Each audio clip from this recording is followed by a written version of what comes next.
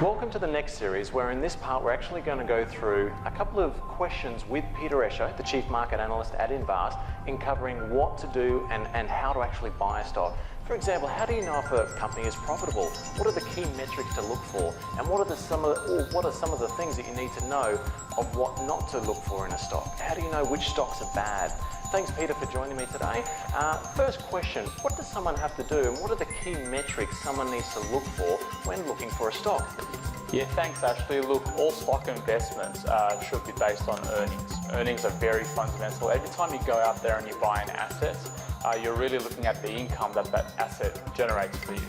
And so, stocks up like any other asset. You have to look at the income stream. We measure that by earnings.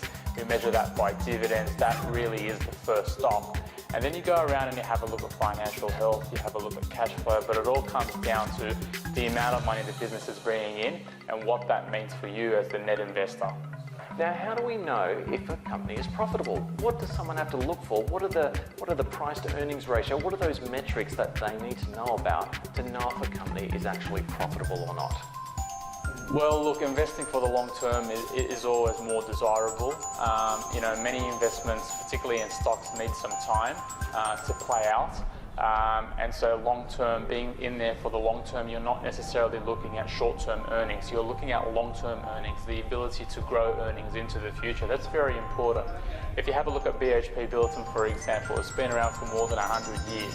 And their earnings have grown by so much. In fact, over the past decade, their earnings have grown by so much and then contracted over the past 2 years or so. And so you take that analysis on earnings and you extend that over a longer period of time. You also look at financial health. You have a look at management. If you're investing for the long term, people running the business are very important, and usually there will be a very high correlation between good management and strong earnings generation. You also want to have a look at capital management. There's no point in investing in a business that has good long-term growth prospects in terms of earnings, but they have too much debt, and their lenders have to call in that debt, and they don't have the ability to trade because they've become insolvent because of debt. So the ability to manage their debt, capital management, the people involved, the ability to forecast earnings into the future, these are all very, very important. And one of the things I tell people is have a look at competitive advantages. What types of competitive advantages does this business have? And that usually will give you a good glimpse into the earnings, into the management, into the ability to meet their debts as they fall due. Okay, great. Now, one real key question is some of the stocks can be duds. Now, how do we avoid those in our portfolio? What are the warning signs? Yeah, look, there are many investments out there. Not all of them go well. What we have seen, particularly over the past couple of years, is many smaller businesses in the mining space in Australia, many contractors going out of business. I think the first sign is you have to have a look at the balance sheet. If a business has too much debt, short-term debt, debt fixed to covenants, then that usually means that if there's a downturn, and look, let's face it, downturns happen in business, that's no surprise, but it's about how you can respond to a downturn. And usually businesses with too much debt or inadequate debt cannot respond to downturns. So that's the first sign. Have a look at the gearing on the balance sheet.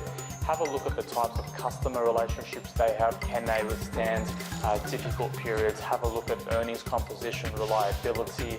Have a look at sustainability, recurring revenue. These are all signs. You want to stress test the business for bad times, even though times are good. And keep in mind, when the market's strong, everybody's forecasting that to continue. Very rarely do you have a strong market and analysts coming out and say, well, guess what? Things are about to change. Usually the changes or the adverse decisions are when we can't forecast them the most. And so you want something that can withstand tough times. What you don't want to invest in is something that has vulnerable earnings, lumpy earnings, a few large customers and plenty of debt. That usually is a cocktail for disaster. Great, thanks for that, Peter. Well, hopefully you got some great value out of that section there on what to look for when buying a stock, but also more importantly, what to avoid when you're building your portfolio, because sometimes if you eliminate those bad stocks, that's the ones that's really going to help your portfolio shine. We look forward to seeing you in the next video series. Thanks.